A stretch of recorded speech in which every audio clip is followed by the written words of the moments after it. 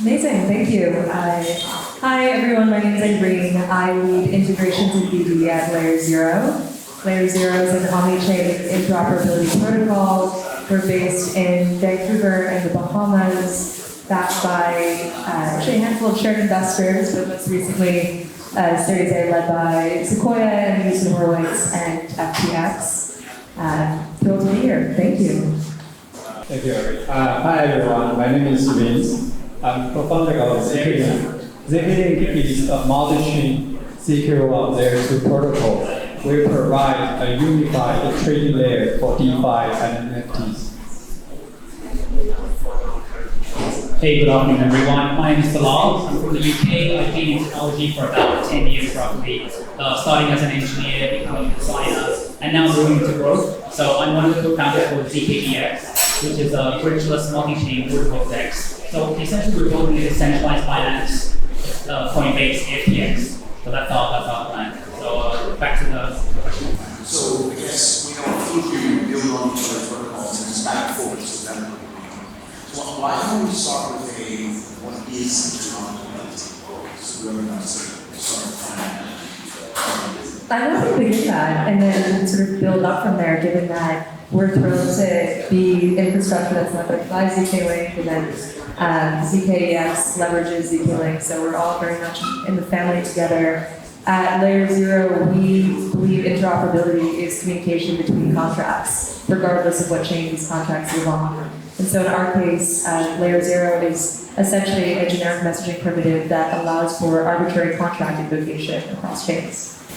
Yeah, there are different levels of interoperability for different elements. I just mentioned that there is interoperability for smart contracts, right? And our perspective of interoperability is interaction between assets from different ecosystems, from the same ecosystem, same token on different blockchains, and different token from different blockchains. We provide capabilities for these different assets, so you can trade on one stock. You don't have to manage your assets from different blockchains using different wallets. So you don't have to manage 10 different wallets. Just essentially you just need one wallet, so you can manage all the different assets, not only for fungibles but also for non-fungibles. So this is actually a very boring topic for most people. I mean, really, who cares about interoperability? It's a very technical, nerdy thing. So my angle of this is actually very different. I think this is a really deep topic because it's about freedom. That's how I think about what this means. And if you think about it, if your data or your money is locked by one institution or in one place, you don't have control. You don't have the freedom to do what you want to do. You're at the mercy of someone else's idea or decision. So for me, interoperability for users is the freedom to move your money or your data. And particularly in blockchain, we have both actually. In the social media age, Facebook, they have your data. But now blockchain, your assets are on chain as well. So if you're locked somewhere, you don't have control of your money. And the entire point of crypto is freedom, self-control, and self-custody. So this is why it's really important for me. So, Ryan? Yeah, so far that's where you really care about the identity front and the account front, where users do have multiple wallets across the blockchains, and they want to see different actions aggregated or having them holistically on what this person look like, what are their characteristics. So for us, we really care about someone and identity use case. So we do have this identifier system where we want to aggregate more accounts from the blockchains and provide developers to holistically on what these people are like on different platforms and different blockchains. Okay, so there's tension related to being locked in the protocol and not doing particular not. Is this why social node stuff very important? And Facebook is saying it's very profitable. How does that work? How does one design businesses where both can be shared businesses are proposed now? How do you think about that?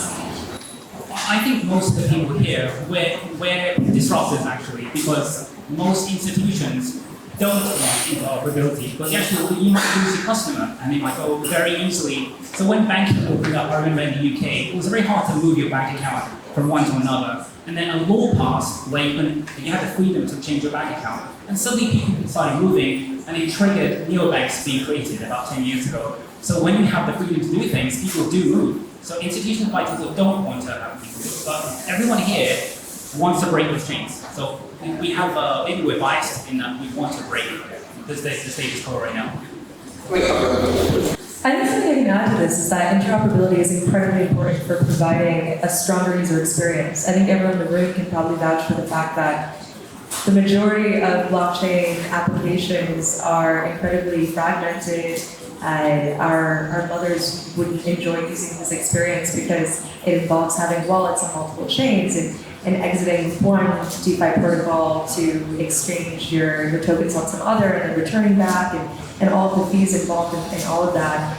And so we think about interoperability from the primitive layer. If you think about the internet only operates because of a protocol called TCP/IP, and this was founded in the 70s, right at the inception of the internet, and it allowed for research universities, which had operated in silos, to actually exchange information. And so at layer 0, we're called layer 0 because we believe that the fabric underlying all of blockchain applications, this could be for traditional finance, it could be for decentralized finance as well, really involve communication involving, for example, like state change or finality across all these different chains. So for the internet to be an analogy, or for Web3 to be an actual accurate analogy, we will need a way for communication across all these chains to be very seamless, and for the developer experience to grow and improve with that. So we go through like use cases, so none of that helps people to understand what our similar apps are to Maybe you could start and talk about how ZK uses layer 0.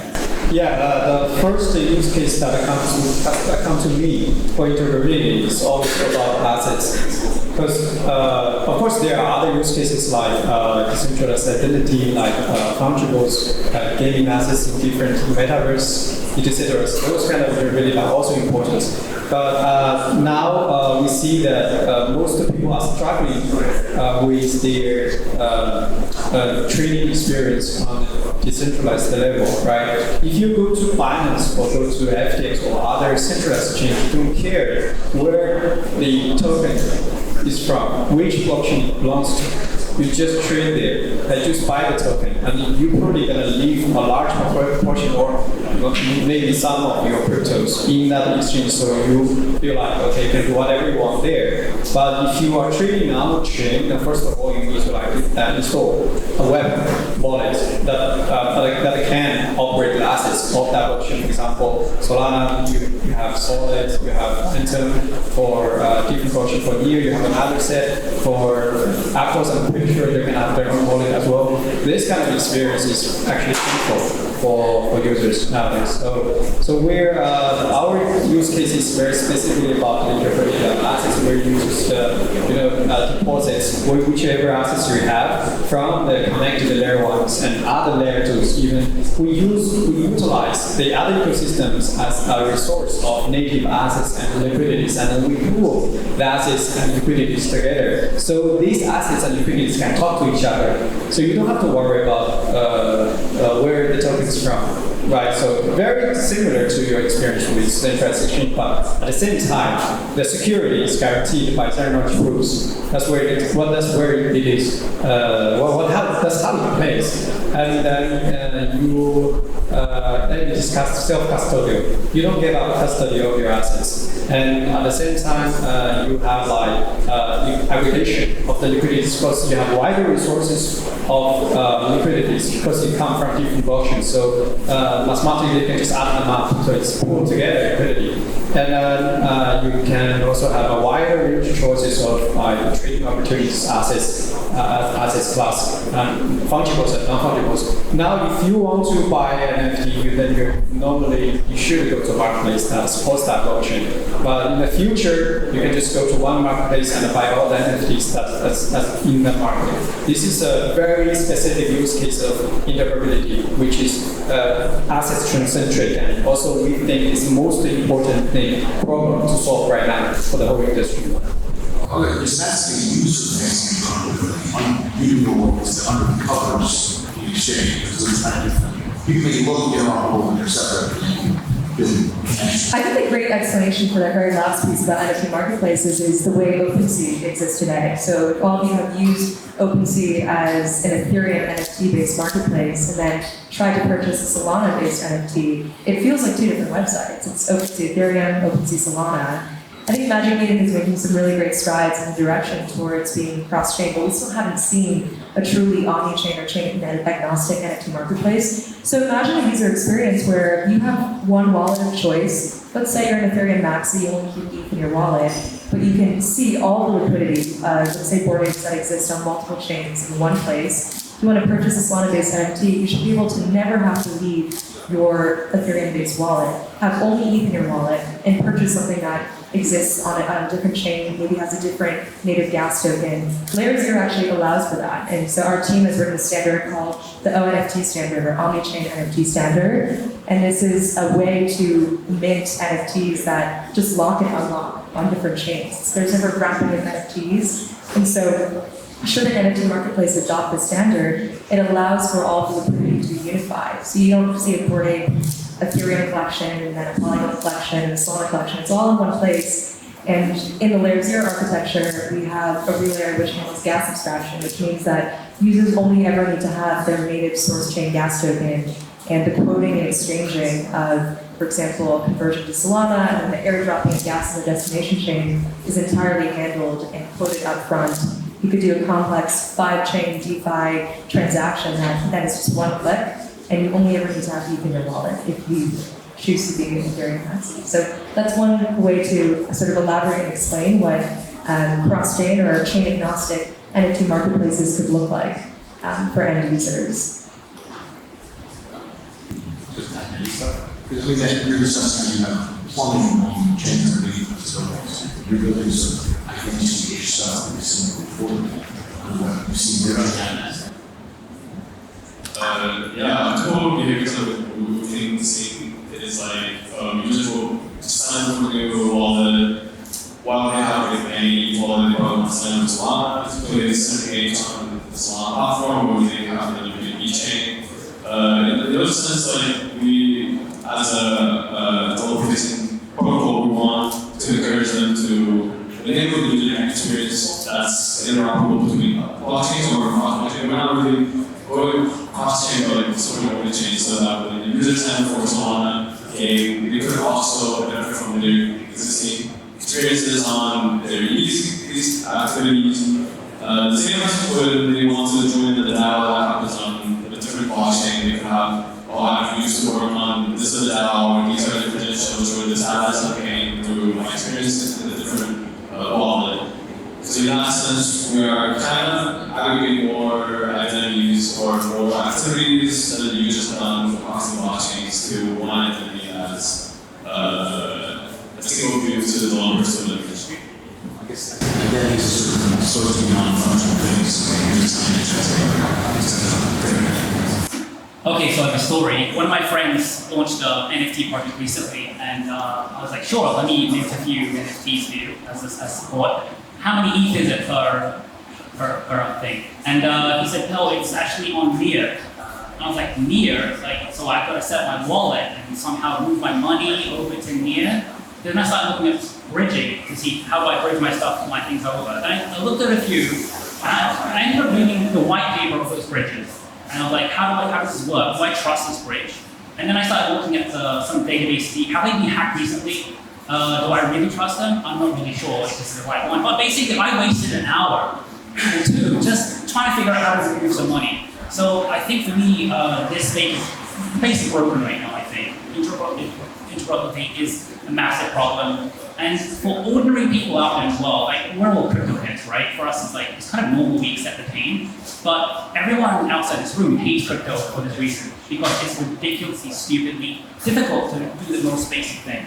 So this is like what we need to fix ASAP. So in terms of applications, we haven't even seen the beginning of what crypto can do, what we can do, because the most basic things can't even be done easily. And this is the niche of people doing it right now. So in terms of applications, it's massive applications. And that's what triggered the pain for ZKEX, because I must confess, I'm not that smart, and buying crypto is not easy. So why don't we make a really, really easy exchange for people, but do it decentralized, and make things like performance for granted, security for granted. You just don't think about these things anymore because they're rock solid. You can just do what I can do and make it ridiculously easy to buy and sell crypto. So that's the pain behind ZKEX. So we're making it for ordinary people. And I think a lot of people don't have that foresight to think of the ordinary people out there. They're building for other crypto heads, which is not great. Well, if there's some tension between trust now and what is easy thinking about that. Yeah, I mean, I would actually love to hear from you, for example, because ZK-Link chose to build on top of layer 0, and ZKX chose to build on top of ZK-Link. So this is sort of an amazing classic crypto collaboration of sorts. Yeah, the stack right here of layer 0, ZK-Link, ZKX. This is how I believe crypto should work. So I was often asked why we just don't build the inter messaging service that we need to utilize ourselves. Why we decide to leverage layer 0 protocol? The answer is pretty simple, because they are doing an amazing job, and the idea, the conceptual design is similar, and they're going forward very fast and just directly utilize their product. And it's the same thing for ZKS. For example, they want to build on Stackware. And then, our developers also writing parallel. It's also integration on Stacknet. So why would the ZKS have to do the integration on their own? Why don't they just utilize the integration work that we have done? So this is like open source and connected Web3 world. And so together we can build fast, and we can be more connected and creative. And we can be more disruptive. The way we actually utilize or leverage the layer 0 protocol is to pass the root hash, the zero-knowledge proof computed off-chain, which we send to each connected layer 1 or layer 2. We have to do the cross-check that we're sending the signatures are committing the same data to every blockchain. But because the blockchains cannot talk to each other, so they don't know each other. So that's where layer 0 comes in. So they pass this message, this very simple root hash, to the contracts we deploy on different layer 1s or layer 2s, different blockchains. And then the contract can verify if they're receiving the same root hash. If they are, means that the signatures are committing the same data to every blockchain. So the unified Merkle tree status reach to consensus level. So this is very technical, sorry. Well, maybe a bit technical for the I guess what you're describing is a single composition, single interoperable. I don't know, is your intention to chain these further, or is this sort of a long range to achieve a new use case solution and then work on what's next, or do you think stacking is easy what's next? There's no reason you couldn't just recursively do that, long chain, fruitless expanding back down, swap your identity. I don't know if that's the issue. Is still disorders or the same component position? Well, I think one thing that I wanted to sort of set the scene with is that for anyone who's thinking about a cross-chain strategy or building interoperability, it's because we already see a future that is not single chain, and already can see that there are particular strengths of different L1s and L2s that should be leveraged all together. And so, for example, like if there are any Web2 devs in the audience, or if you previously were an engineer in Web2, I myself was one, when you think about building a product, let's say I wanted to build a fitness app, I don't start by thinking, I'd really love to use this particular language, what can I build with that? I think, this is the problem I want to solve in the world, this is my solution for it.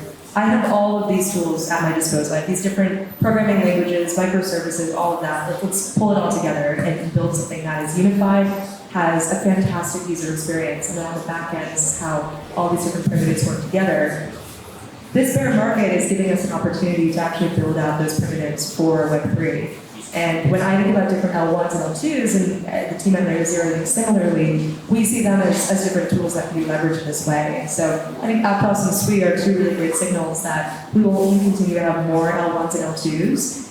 And rather than assuming that people will have some sort of tribalistic affinity for one chain, I think Bilal made a really good point about this. The next 100 million users of crypto, if all of our blockchain PCs are correct, will not be people who give a damn about wearing only Solana merch every day because they're Solana maxis. They're people who are going to be using applications that make their lives better, and on the back end or under the hood, maybe the transactions are settled on Aptos and Sui because they're faster and more secure. Maybe if they're buying NFTs, they can lock and unlock them back to Ethereum for liquidity, but they can lock and unlock it into an Avalanche subnet and use it in a game.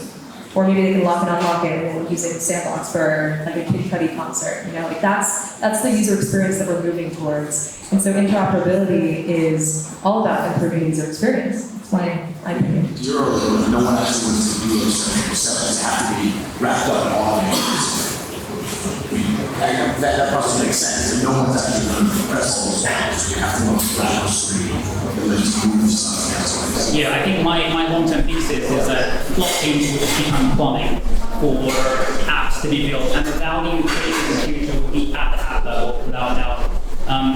There's a lot of progress that L1s are making at the moment and other networks, and I think with time they'll be kind of equivalent in terms of technology and everything. So they'll be really important, but people won't really care about them anymore. If you go to say a bank, and say, excuse me, what database do you guys use in your backend? You use SQL Server or Postgres? Do you really care? No, it works, right? It works. It's like yeah. So long term, I think we won't really care that much about L1s, and I think it's networks like this, protocols like this, which are just kind of like evening the field and allowing developers to actually build real use cases for that will actually deliver benefits to in the world. The portability of how users can use.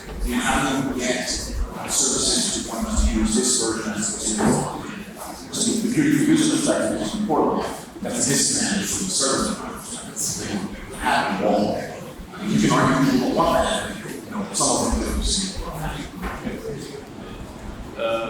Well, in terms of this sort of applications, like Facebook would never want to how do you export your graph to their application. Same goes for every other platforms. I think the more for them is having all the data that is generated in that one part.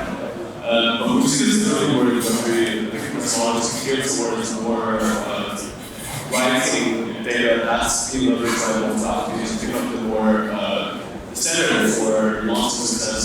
Like when you see the Ethereum data or any of the blockchain data, the reading part is always professional levels, and the writing part is where it generates scopes and the type data revenue. So for us, it's really about how we have data center that's being widely adopted as well as easily integrated to other applications. So again, it's not entirely around polling, but we're looking at data centers that are just recognized across different blockchains. Alright, that's an interesting flip side of the interoperability.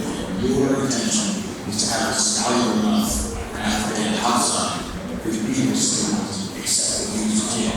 And if your idea is people will get it on top of other directions, such as user experience back out, just growing it from different directions.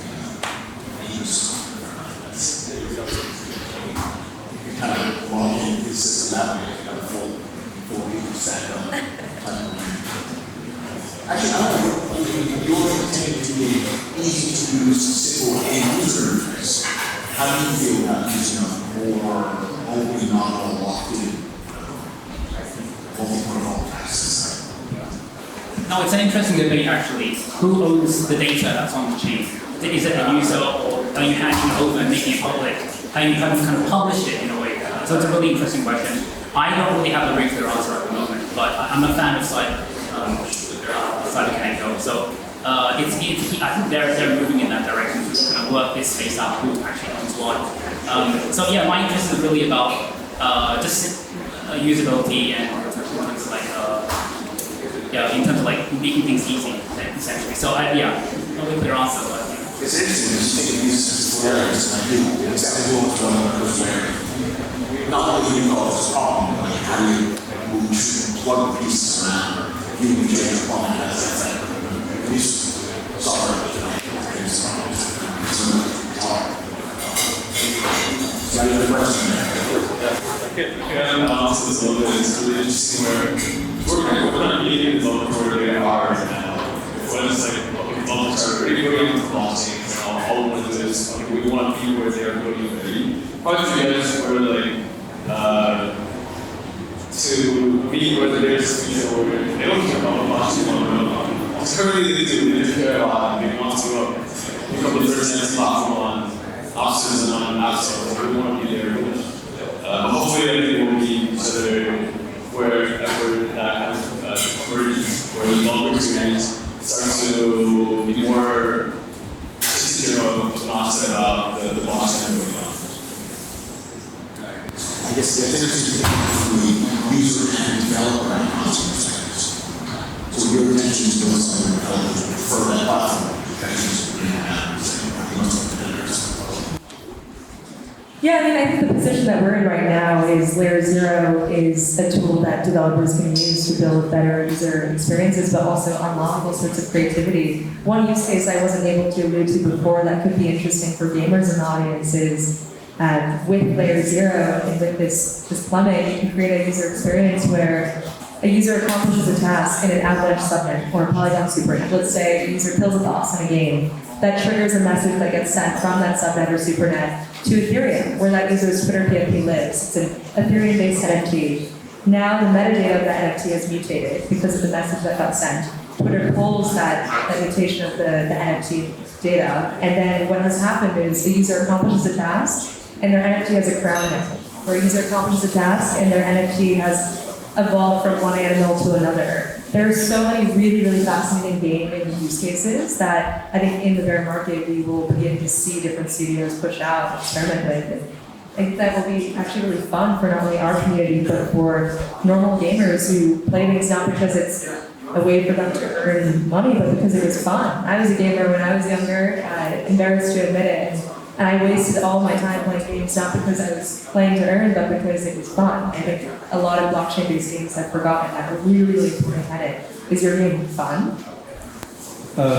One of the examples that I just thought of, a great experiment that we have seen in that space is loot.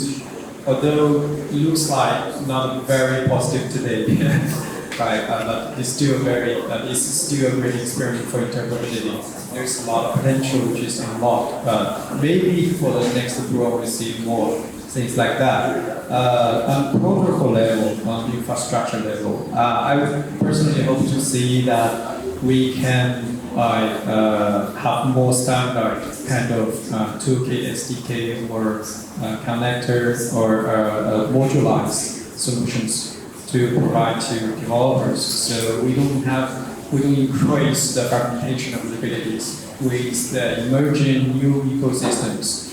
There are so many different blockchains built for different purposes, of different kinds, with different utilities.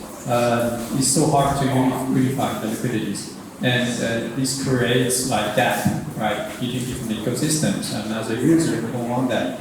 As a trader, we don't want that. Yes, but at the same time, Web3 is growing so fast that it's almost impossible to coordinate.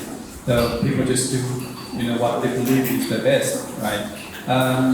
For example, Polkadot and Cosmos are two ecosystems that are the narratives are somehow oriented with interoperability. But we do. I hope to see some real advancements with their ecosystem building, but at the same time, people are very doubtful. Why? Because it's so difficult to move liquidities, to move your assets. Most liquidities on-chain now they're still Ethereum-centric, and the Ethereum developer community is still the most promising prosperous. That's why they make the indicators so hard to compete. With the solution of there's a property, will help them to capture more liquidity users, make it easier to move.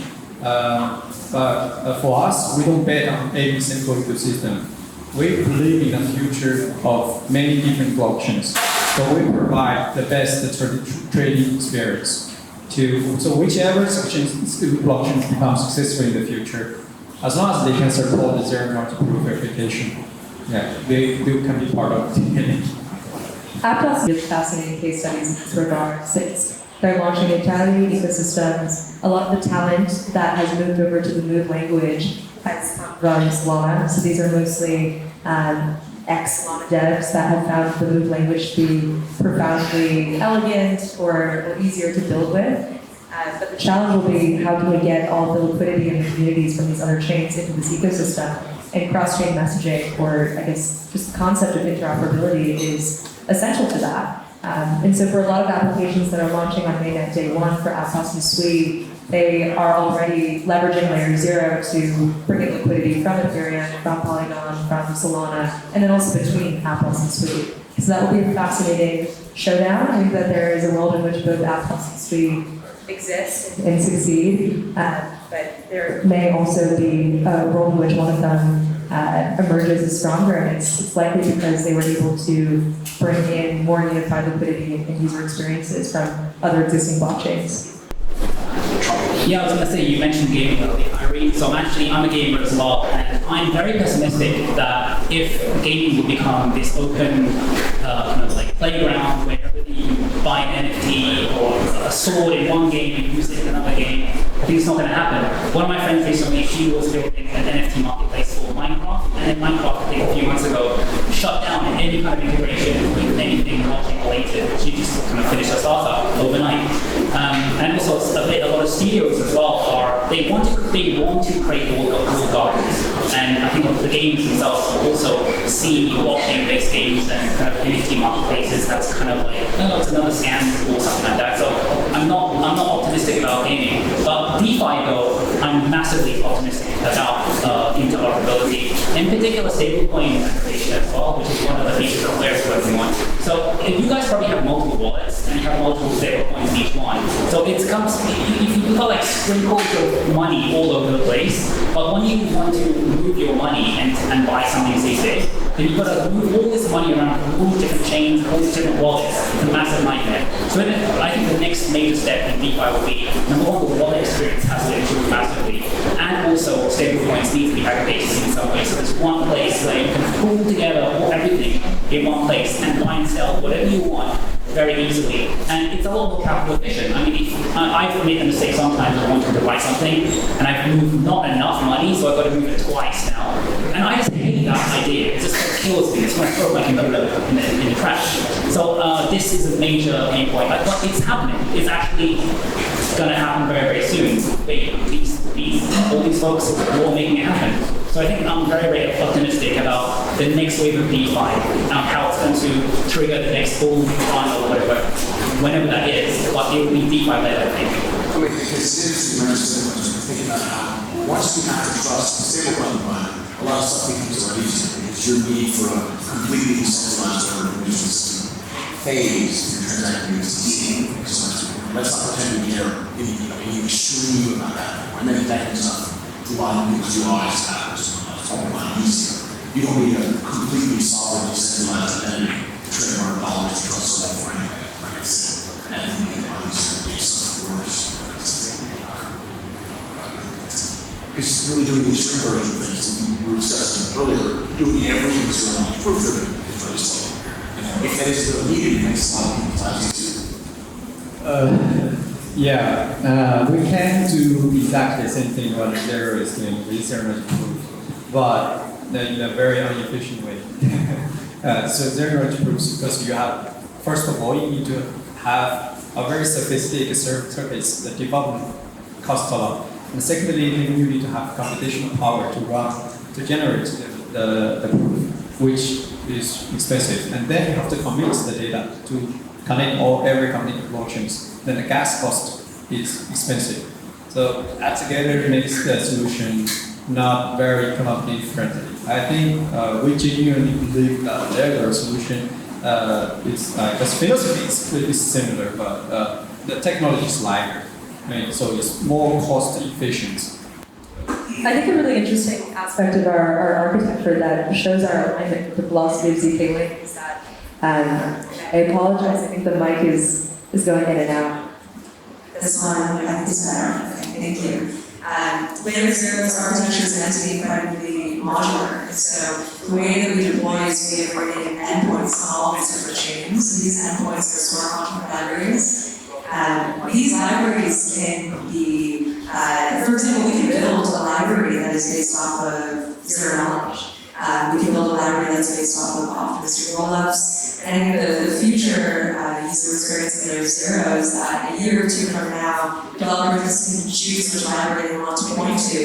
And should it be for cross-chain governance, for example, an optimistic rollup might make sense because the latency is less important. You can wait 30 minutes for your votes to come in. But for a DeFi user experience, 30 minutes is an awful long time. You want it to be seconds, maybe under a couple minutes. And so maybe optimistic rollups aren't the right way to secure the transfer of messages. And so modularity in Layer 0 is partially what aligns us so well with ZK. There are also other kinds of technology that are actually working on interoperability as well. For example, stateful. Yeah, the stateful is being developed by a few developer teams that I happen to know. And I think their advancement is quite good. We'll see in the future probably more like solutions to try to address the same problem. This probably will continue to be a massive problem for the industry, for sure, for a long time. Yeah, there will be many different kinds of experiments on that. These are important, interesting part of all right.